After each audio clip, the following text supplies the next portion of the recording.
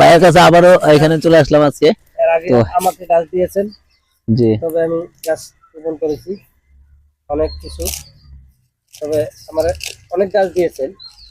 তবে দেখতে পাচ্ছেন এই যে গাছ, এটা এটা আমরা এখন লাউ গাছের যে জাংলাটা বলে এই জাংলার গাছের তলে আছে।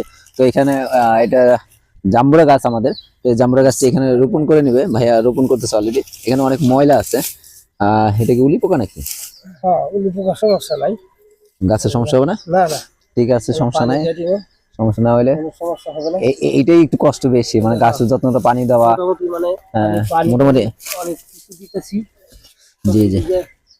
আপনি এইদিকে তো এখানে ভাইয়া আপনাদের এই পিঁপড়া গুলো আমাকে কামড়াচ্ছে, ভাইয়া একটু না করে দেন, আমি মেহমান। কামড় দিবে না। বলে দেন যে অলরেডি আমি দেখেন, অলরেডি আপনাদের জন্য আমি কি করতে পারি। আমি আমি মোটামুটি ডাক্তার সাফায়েত, তবে আপনি এইদিকে দেন এটা। তো এখানে গাছ লাগানোর জন্য মাটিটা খোঁড়া হচ্ছে। কত গাছটা উঠাই লাগো না থাক, মানে আমি কি খাইতে পারবেন, কচু শাক খাওয়া যায়। এখানে দেন। তো দেখতে পাচ্ছেন এখানে জামুরা গাছ দুটি পাশাপাশি রোপণ করে দিলাম।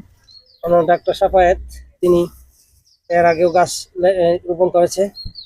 যা হোক, এখন পানি ওনার দিব। নাম ডাক্তার সাফায়েত, আপনারা ওনাকে চিনে রাখুন।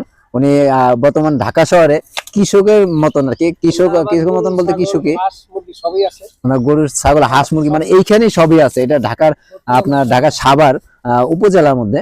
তো সাভার উপজেলা গ্যান্ডার রাজাবাড়ি পড়ে। তো আপনি এই দেখতে পাচ্ছেন এই যে এখানে গাছটি উনি সম্পূর্ণ করেছে। তো পরবর্তীতে এটা পানি দিয়ে দেবে। এটা আমাদের জাম্বুরা গাছ। তো বেশি সবাই বেশি বেশি গাছ রোপণ করুন, যেখানেই পারেন না কেন গাছ রোপণ করুন। গাছের আপনার উপকারিতা অতুলনীয়। তো আশা করি আপনারা সবাই বেশি বেশি গাছ রোপণ করবেন। তো এখানে এই যে আমি যেটা বললাম, এই দেখুন, এই যে দেখুন লাউ, এটা নাকি হাত দিয়ে ধরাটা ঠিক না, কারণ এটা একটা ফুল যেটা আছে এটা ঝরে গেলে অনেক সমস্যা।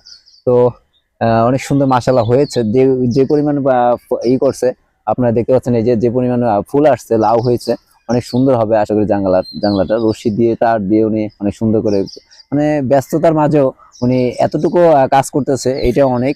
তো সবাই ওনার জন্য দোয়া করবেন যেন গাছগুলা যাতে সুন্দর হয়, যেখানেই হোক না কেন আপনিও গাছ রোপণ করুন।